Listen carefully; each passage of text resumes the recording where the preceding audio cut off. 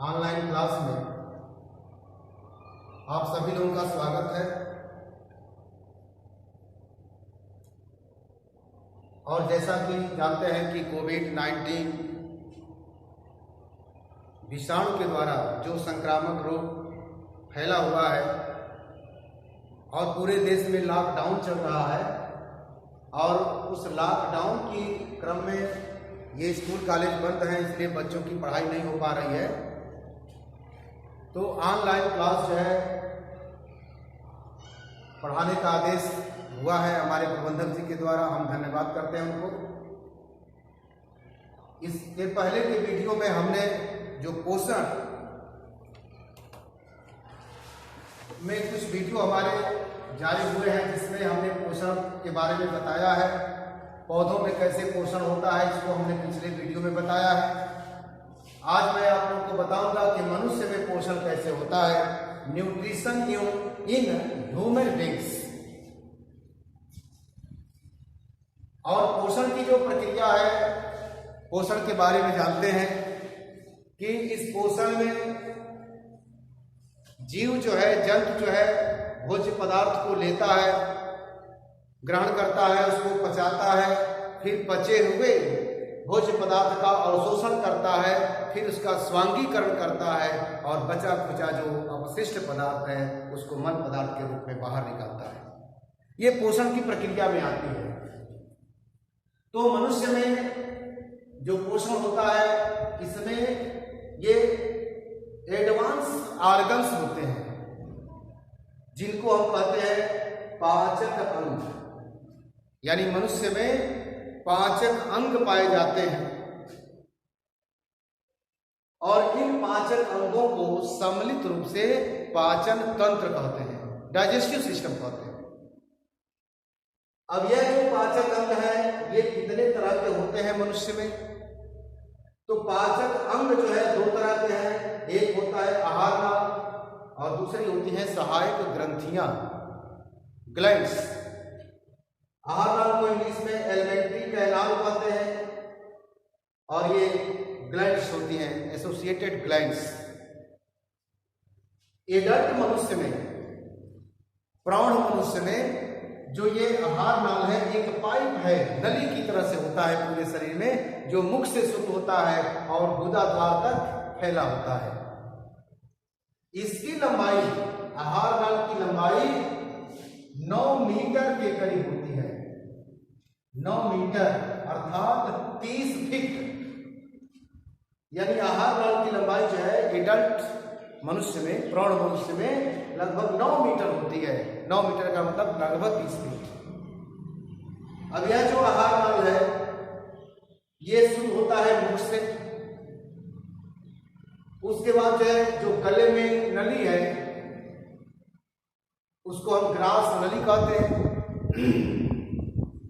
Grass नली जो है अमाशय में खुलती है, अमाशय जो है छोटी आंत में खुलता है, छोटी आंत बड़ी आंत में खुलती है और बड़ी आंत जो है मलाशय और गुदा द्वार से होकर के बाहर निकलती है। तो ये जो है आहार नाल के भाग हैं, आहार नाल के भाग हैं, यानी इन सबकी लंबाई जो है सबको मिला दें तो 9 मीटर होती है। इनमें सहायक ग्रंथियां कितनी हैं?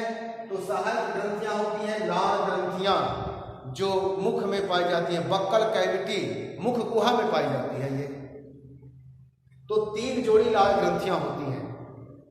दूसरी ग्रंथि होती है लीवर, यकृत होती है, जो अमाशय के ऊपर होती है और डायाफ्राम के नीचे होती है।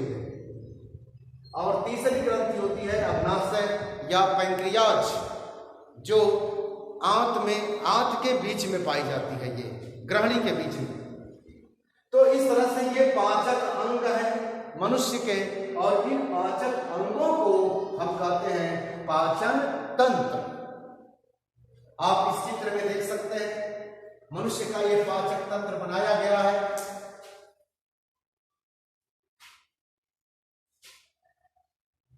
पाचन तंत्र बनाया गया है। इस चित्र में आप देखेंगे कि हमने ग्रास नली से शुरू किया है, यानी मुख गुहा खुलती है ग्रास नली में। जो ये गले की हड्डी है, गले का जो नली है, जो श्वास नली है, इसी के सटे जो है वो इसोफेगस होता है, ग्रास नली होती है इसी के सटे। और यहां से निकल करके यह थोरेसिस कैविटी यानी वक्ष गुहा के नीचे तक जाती है और जाके उदर भाग में खुलती है, उदर गुहा में खुलती है। यह जो इसोफेगस है, ग्रास नली है, इसकी लंबाई लगभग 30 से 35 सेंटीमीटर होती है। इसके अंदर की दीवार वो होती है चिपचिपी, म्यूसिलस होती है, यानी इसके अंदर की दीवार जो है चिपचिपी होती है। यह इसोफेगस जो है डायाफ्राम के नीचे जाके एक चौड़ी थैली में खुलती है, चौड़ी।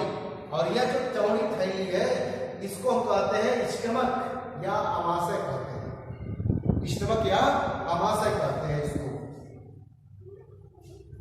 इसका आकार जो होता है जैसे सेम का बीज, जैसे सेम का बीज होता है, सेम के बीज के आकार का इसका आकार होता है, जो उदर गुहा में बाएं साइड में होती है, ऐसे घूमी होती है। यह आमाशय जो है आगे चलकर एक सकरी नली बन जाती है। सकरी नली जिसको कहते हैं पाइलोरिक वाल्व, इसको कहते हैं पाइलोरिक वाल्व। हम वाल्व क्यों कहते हैं इसको, छिद्र क्यों नहीं कहते हैं? तो पाइलोरिक वाल्व इसलिए कहते हैं कि यहाँ एक वाल्व लगा होता है, वाल्व, यहाँ एक वाल्व लगा होता है जो केवल भोजन को स्टमक से, आमाशय से आंत में जाने देता है, लेकिन आंत से भोजन को स्टमक में जाने से रोक देता है, इसीलिए इसको हम वाल्व कहते हैं। नहीं तो जब लोग शीर्षासन करते, पैर ऊपर सर नीचे, तो उस समय आंत से भोजन कहाँ चला जाता? स्टमक में चला आता, और स्टमक से इसोफेगस होता हुआ मुख से बाहर निकल जाता। तो यहाँ इसोफेगस और स्टमक के बीच में भी वाल्व होता है, यहाँ एक वाल्व होता है जो स्टमक का भोजन बाहर जाने से रोकता है। जैसे शीर्षासन करेंगे तो स्टमक से पानी, भोजन पानी, अगर ये नली खुली रहती, ये मुख से होकर बाहर निकल जाती, इसलिए यहाँ वाल्व, यहाँ भी वाल्व होता है। अब ये पाइलोरिक वाल्व खुलता है इसमें सकरी नली में, सकरी नली में खुलता है, और इस सकरी नली को हम कहते हैं छोटी आंत। और ये जो छोटी आंत होती है ये कुंडलित रचना है, जो उदर गुहा में ऐसे कुंडलित होती है, जिसकी लंबाई 6.5 मीटर होती है। यानी छोटी आंत की लंबाई कितनी होती है? 6.5 मीटर के करीब होती है। अब समझ लें कि 6.5 मीटर जो ट्यूब है वो उदर गुहा में, इतना छोटा उदर गुहा में कहाँ कैसे इसमें एडजस्ट होगा? तो ये कुंडली, ऐसे कुंडली बन जाती है इसमें। फिर ये छोटी आंत जो है एक चौड़ी नली में खुल जाती है, जिसको हम कहते हैं बड़ी आंत।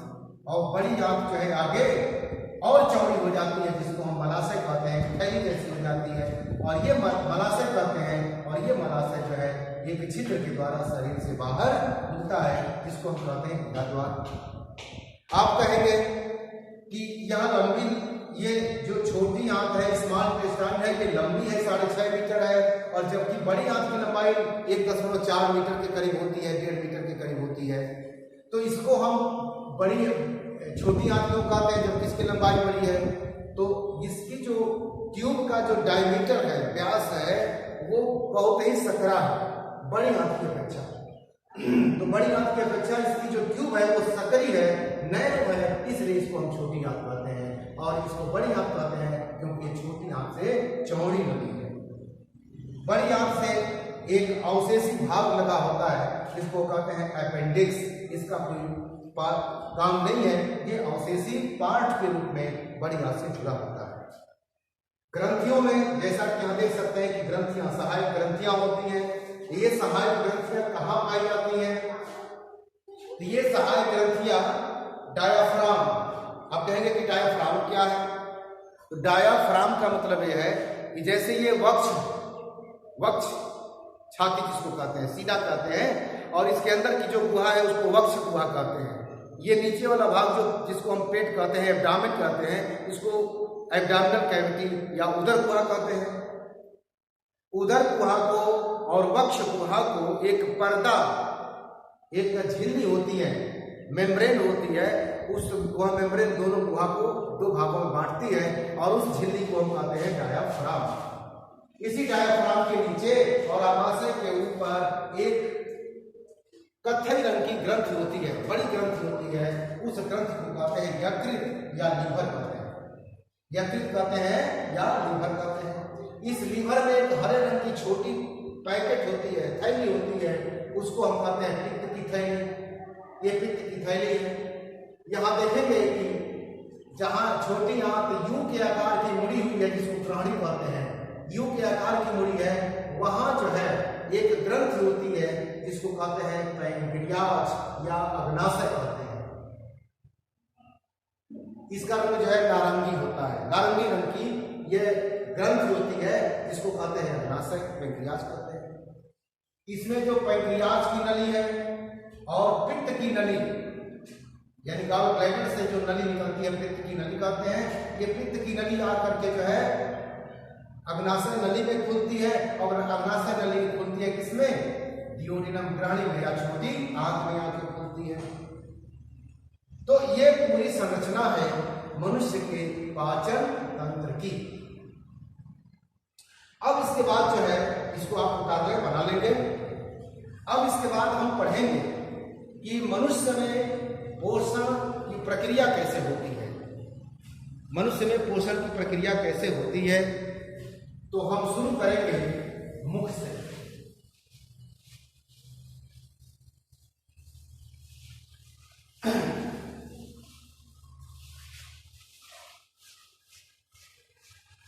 तो आप लोग जो है मन लगा करके पढ़िए, और जहां है घर में रहिए, घर पर ही रहिए, बाहर न निकलिए और सुरक्षित रहिए, क्योंकि ये संक्रामक रोग है, एक व्यक्ति से दूसरे व्यक्ति को फैल रहा है।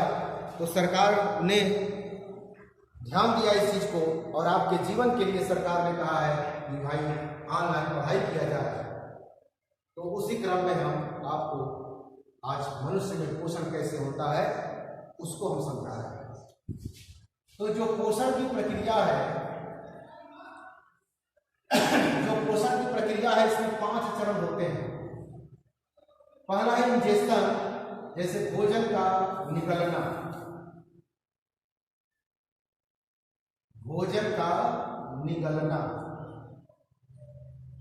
ये पहली प्रक्रिया आती है। दूसरी प्रक्रिया आती है पोषण में, दूसरा चरण है पाचन,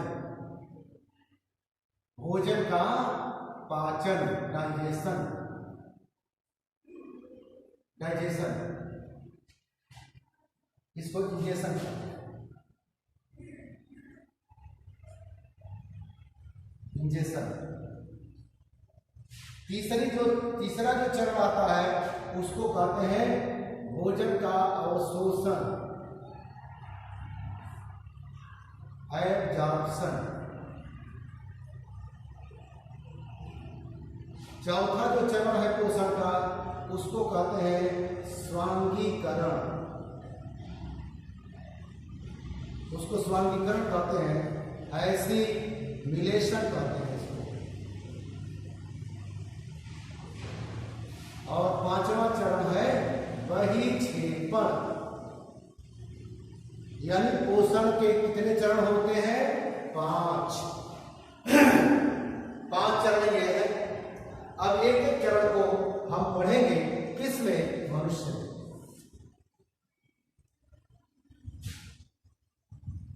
पहला काम निगलना, भोजन का निगलना, इंजेक्शन। मनुष्य में हम सभी लोग जानते हैं और करते भी हैं, कैसे खाते हैं हम भोजन को। तो भोजन को किससे उठाते हैं? हाथ से। और हाथ से उठा करके जैसे ही मुख के पास ले जाते हैं तो मुख के जो जबड़े होते हैं वो जबड़े खुल जाते हैं, अपने आप खुल जाते हैं और उस भोजन को हम मुख में रख देते हैं और फिर जबड़ों में दांत पाए जाते हैं और मुख गुहा के अंदर जीभ पाई जाती है, जीभ पाई जाती है। तो ये दांत से जबड़ों से भोजन को चबाते हैं और चबा करके तब जो है हम उसको निगलते हैं। ये निगलना हो गया, भोजन का निगलना हो गया। दूसरा काम इसका हो गया, दूसरा चरण क्या है? पाचन, डाइजेशन। भोजन का पाचन कैसे होता है मनुष्य में, तो निगलना आप समझ गए होंगे और हमें समझाना क्या है। आप रोज जो है भोजन को निगल रहे हैं, जान रहे हैं कैसे निगलते हैं। भोजन का पाचन कैसे होता है, तो पाचन शुरू हो जाता है कहां से? मुख से, यानी मुख में पाचन, मुख में पाचन। यही से शुरू करते हैं। माउथ में, मुख में तीन जोड़ी क्या पाई जाती है? लार ग्रंथियां।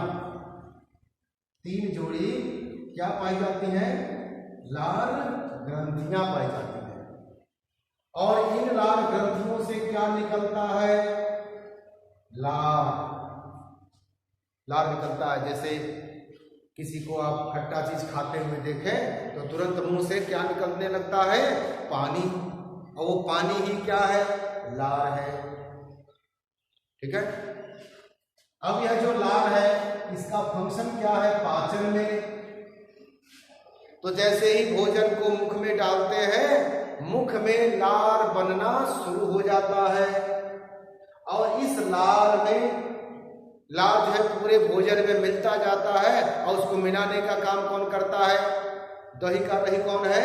जीभ है। जीभ जो है भोजन को फेंकती रहती है और लार उसमें मिलता रहता है, जबड़े जो है भोजन को चबाते रहते हैं। और कुछ समय तक, जैसे आप सूखी रोटी ले लें और कुछ समय तक चबाते जाएं तो देखेंगे कि कुछ समय के बाद जो है वह रोटी मीठी लगने लगती है। क्यों लगने लगती है? उसका रीजन क्या है, यहाँ आप समझ सकते हैं। तो ये जो लार ग्रंथियां, लार है, लार में एंजाइम होता है जिसको कहते हैं सलाइवरी एमाइलेज।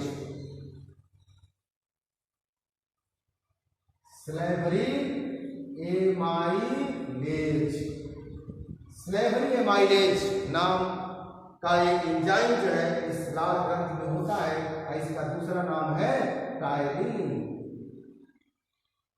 टायलिन भी इसको कहते हैं। तो लार में कौन सी एंजाइम होती है? सलाइवरी एमाइलेज होता है या टायलिन होती है। अब ये सलाइवरी एमाइलेज किसको पचाता है? किसको पचाता है?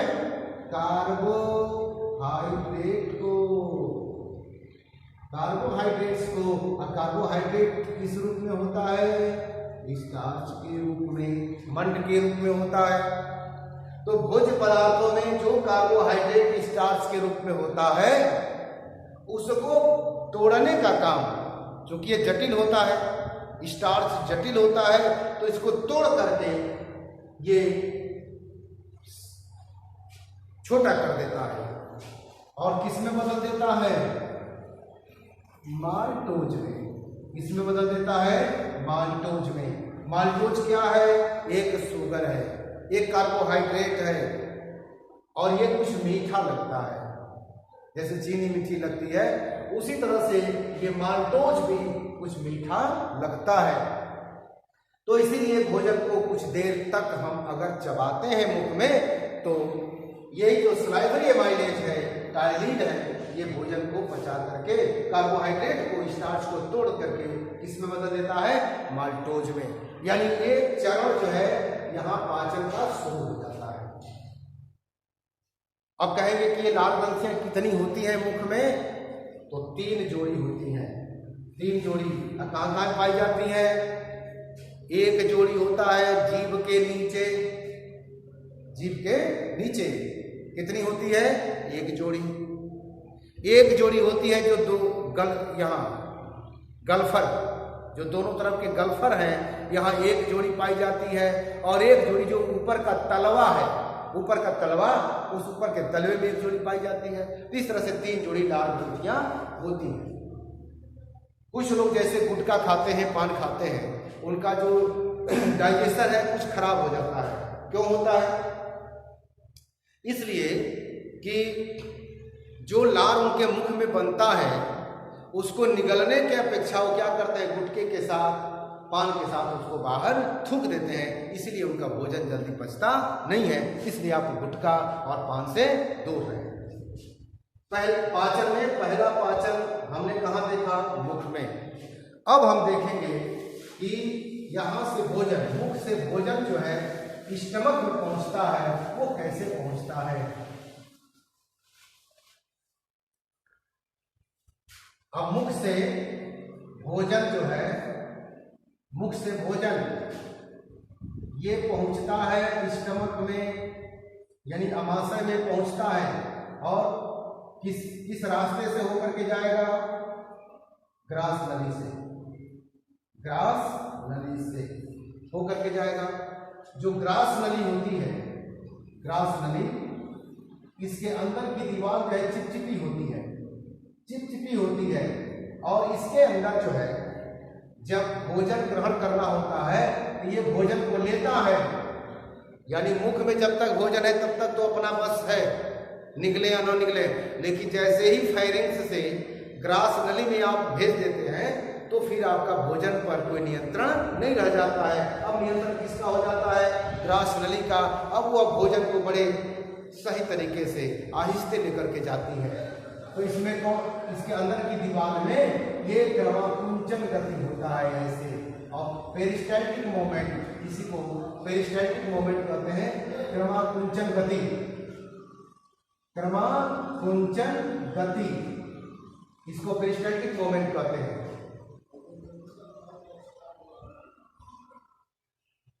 तो आप थोड़ा इसको उतारें।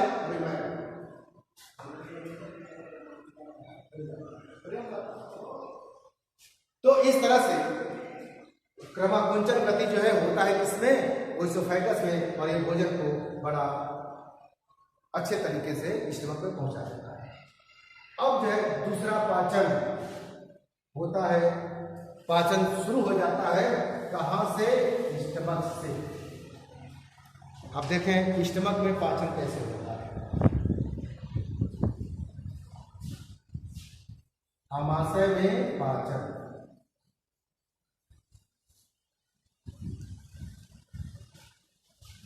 आमाशय में पाचन। जो आमाशय की दीवार है, जो आमाशय की दीवार है, इसमें 3 ट्यूबुलर ग्लैंड्स होती हैं, यानी इस आमाशय की दीवार में ग्रंथियां होती हैं, ग्रंथियां होती हैं। और इन ग्रंथियों से जैसे ही भोजन हम लेते हैं,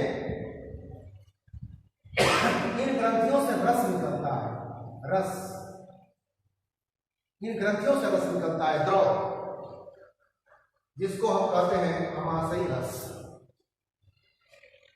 तो 3 जो है ट्यूबुलर ग्लैंड्स होती हैं आमाशय की दीवार में। और ये जो ट्यूबुलर ग्लैंड्स हैं ये निकालती हैं रस। उस रस को कहते हैं आमाशयी रस, आमाशयी रस। इसको हम गैस्ट्रिक जूस भी कहते हैं, गैस्ट्रिक जूस, गैस्ट्रिक जूस, आमाशयी रस। यह जो आमाशयी रस है, इसमें, इस रस में क्या क्या पाया जाता है? इस रस में होता है HCl, एक एंजाइम होता है जिसका नाम है पेप्सिन, और तीसरा चीज निकलता है म्यूकस। यानी जो गैस्ट्रिक जूस होता है इस गैस्ट्रिक जूस में 3 चीजें महत्वपूर्ण पाई जाती हैं।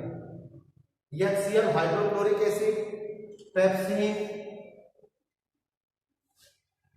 और म्यूकस। HCl का काम क्या है? HCl क्या करता है? तो HCl के 3 काम हैं। पहला काम यह है कि भोजन का जो माध्यम है, भोजन का माध्यम वह अम्लीय बना देता है। अम्लीय बना देता है। अब अम्लीय बनाने का मतलब क्या है? इसका क्या मतलब है कि अम्लीय हो जाए? तो मतलब यही है कि अम्लीय माध्यम में ही पेप्सिन कार्य करना शुरू कर देता है। यानी पेप्सिन को काम करने के लिए या पेप्सिन को एक्टिव करने के लिए भोजन का अम्लीय माध्यम होना आवश्यक है। तो इसलिए पहला काम तो यही करता है कि भोजन का माध्यम अम्लीय कर देता है, जिससे ये पेप्सिन क्या हो जाता है? एक्टिवेट हो जाता है। एक्टिवेट होकर के और भोजन का पाचन शुरू कर देता है। दूसरा काम क्या करता है ये? दूसरा काम ये करता है कि भोजन के साथ अगर कोई कीटाणु पहुंचा हुआ है, जीवाणु पहुंचा हुआ है, तो उसको ये मारने का काम करता है।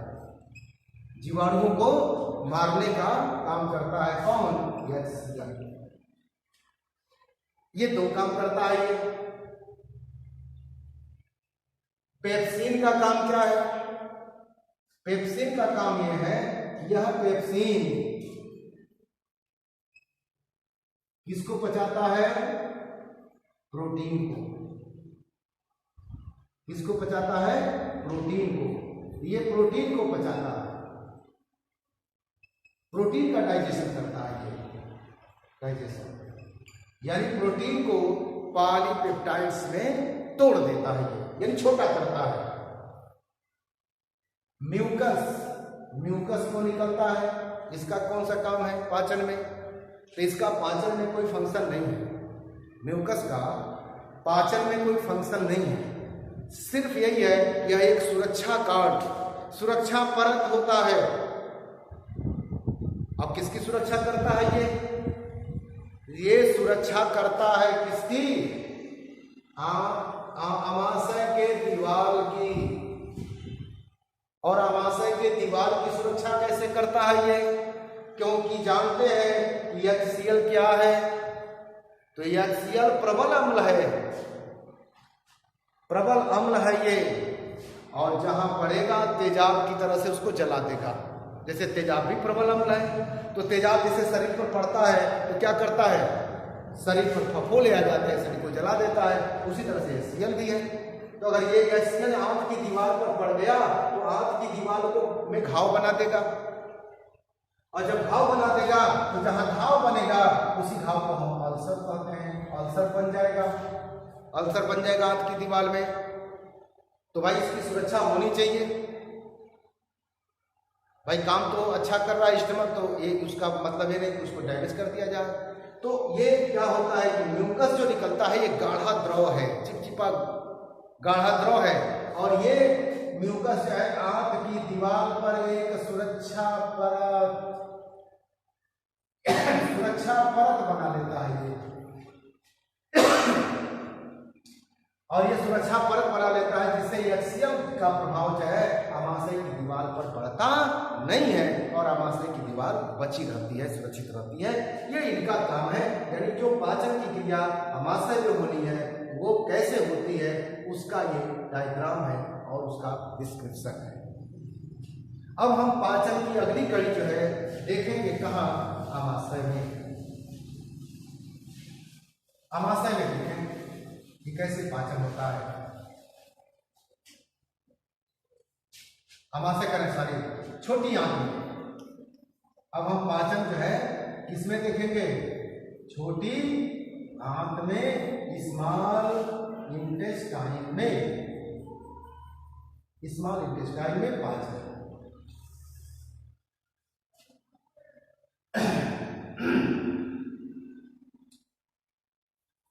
इस छोटी आंत में दो ग्रंथियां खुलती हैं, दो ग्रंथियां खुलती हैं छोटी आंत में।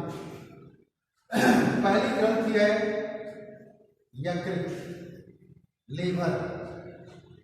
यकृत में जो गॉल ब्लैडर होता है यानी पित्तरस,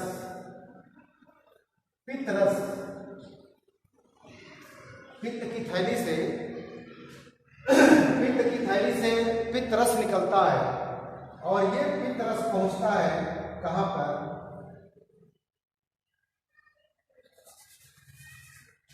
पित्त की थैली, और पित्त की थैली से आता है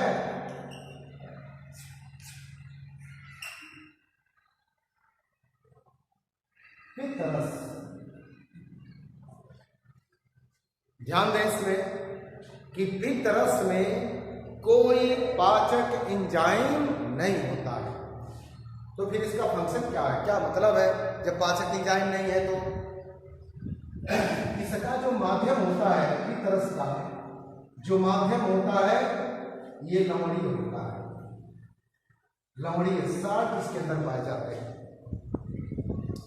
और ये जो साल्ट होते हैं इसके अंदर पित्तरस में साल्ट होते हैं, लवण होते हैं। तो पहला काम तो ये करता है कि पित्तरस कि जो भोजन का माध्यम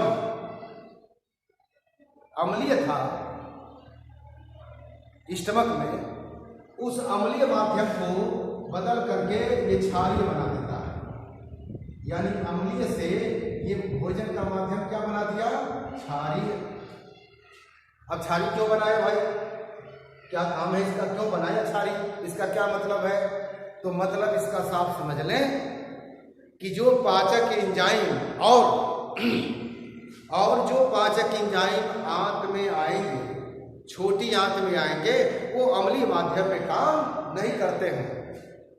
वो किस माध्यम में काम करते हैं? क्षारीय माध्यम में काम करते हैं। तो इसलिए माध्यम का क्षारीय होना आवश्यक है। दूसरी आवश्यकता क्या है? दूसरी आवश्यकता यह है कि अगर साल्ट की कमी होती है, अगर पित्तरस की कमी होती है, तो आंत की दीवार में जो क्रमाकुंचन की जो गति है, जो भोजन को आगे ले जाने की गति है आंत की दीवार में, वो उल्टी हो जाती है, धीमी हो जाती है। और जब धीमी हो जाती है या उल्टी हो जाती है तो वोमिटिंग आना शुरू हो जाता है, भोजन करने का मन नहीं करेगा, तबीयत अच्छा नहीं लगता है। इसलिए ये दूसरा काम जो करता क्षारीय माध्यम की, ये दूसरी आवश्यकता है कि आंत की दीवार में जो क्रमाकुंचन की गति है वो आगे की ओर होती है, पीछे की ओर नहीं होती है, जिससे भोजन आगे बढ़ता जाता है आंत में।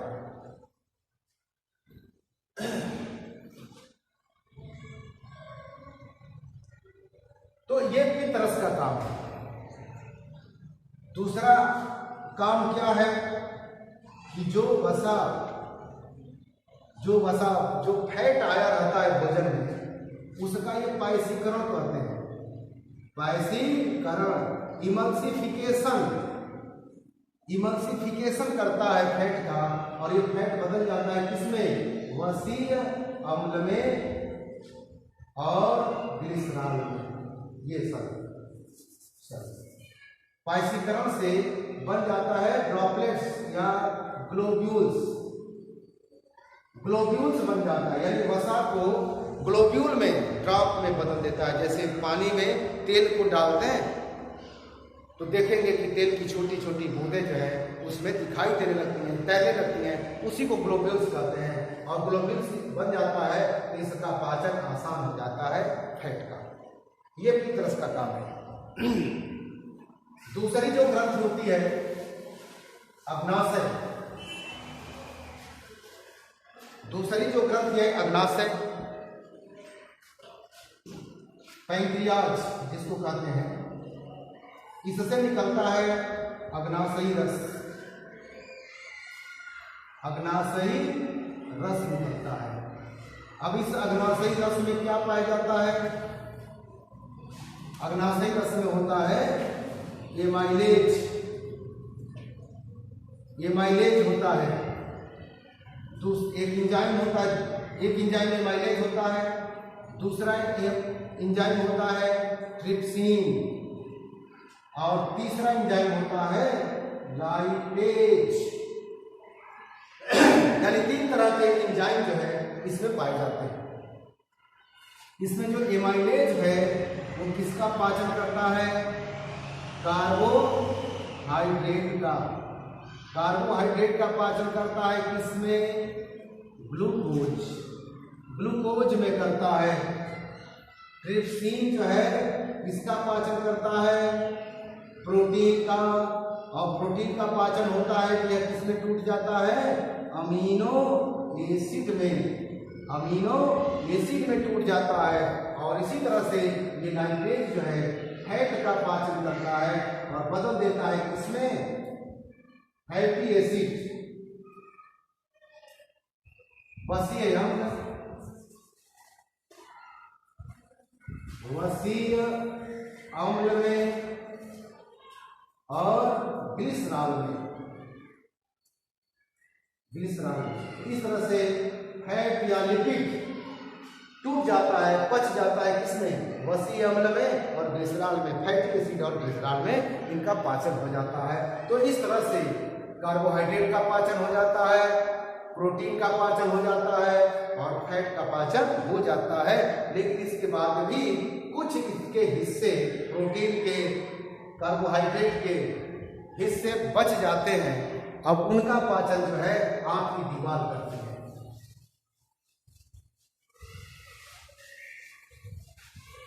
आंत की दीवार, आंत की दीवार कैसे पाचन करती है? तो आंत की दीवार में होता है आंतरिक रस, आंतरिय रस। यानी छोटी आंत की दीवार में ग्रंथियां होती हैं और उन ग्रंथियों से कई एंजाइम निकलते हैं। और वो एंजाइम जो है उसमें जैसे होता है एमाइलेज, एमाइलेज होता है। उसके बाद एंजाइम होता है उसमें इरिप्सिन होता है, इरिप्सिन होता है, फिर लाइपेज होता है। यानी इस तरह से कई एंजाइम जो है आंतरिक रस में होता है। एमाइलेज जो है बचे खुचे कार्बोहाइड्रेट का पाचन, बचे खुचे कार्बोहाइड्रेट का पाचन किसमें कर देते हैं? ग्लूकोज में। किसमें कर देते हैं? ग्लूकोज में। इरिप्सिन जो है प्रोटीन का पाचन जो है, बचे खुचे प्रोटीन का पाचन कर देता है अमीनो एसिड्स में, अमीनो एसिड्स में कर देता है। और लाइपेज जो है फैट का पाचन फैटी एसिड और ग्लिसरॉल में कर देता है। तो इस तरह से छोटी आंत में भोजन का पूरी तरह से पाचन हो जाता है।